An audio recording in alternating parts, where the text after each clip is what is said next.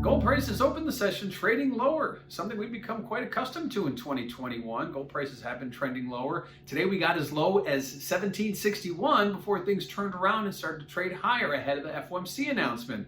And lo and behold, a dovish Fed pushed gold prices north of 1780. So about a $20 swing from the lows, still well below those highs we printed in last week. Recall, we barely got to 1800 last week, on three consecutive days. We didn't get to 1800 or through it, so that becomes the next critical resistance above. But again, gold prices open the day lower, waiting for the Fed, then things turn around rather quickly and push us to about the midpoint of that range from last week's highs to today's lows. Now, what does that mean for volatility? Well, if you check out that CVOL index over at cmegroup.com, you'll notice that volatility has been trending lower, despite the fact that prices have been going higher. The historical relationship between volatility and price, we see prices go higher, we see volatility go higher as well. That has not been the case, at least not for the last several months.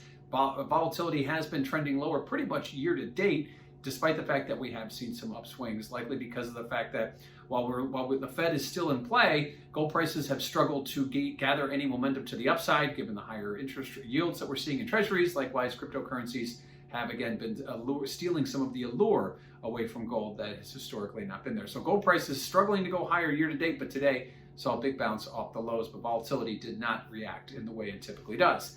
Lastly, what did the FOMC do? What did Fed Chair Powell do today? Well, they kept everything status quo as far as their policies, and actually Fed Chair Powell talked about his concerns of employment. He kind of did not talk about his concerns about inflation, which if you look at a CRB index chart, you'll ask why. But ultimately, they say that's a transitory type of pricing. Likewise, they are not looking to change any of their policies in the near-term future. First rate hike still out somewhere in 2023 being priced. So not today, not tomorrow. We're talking 2 years down the road.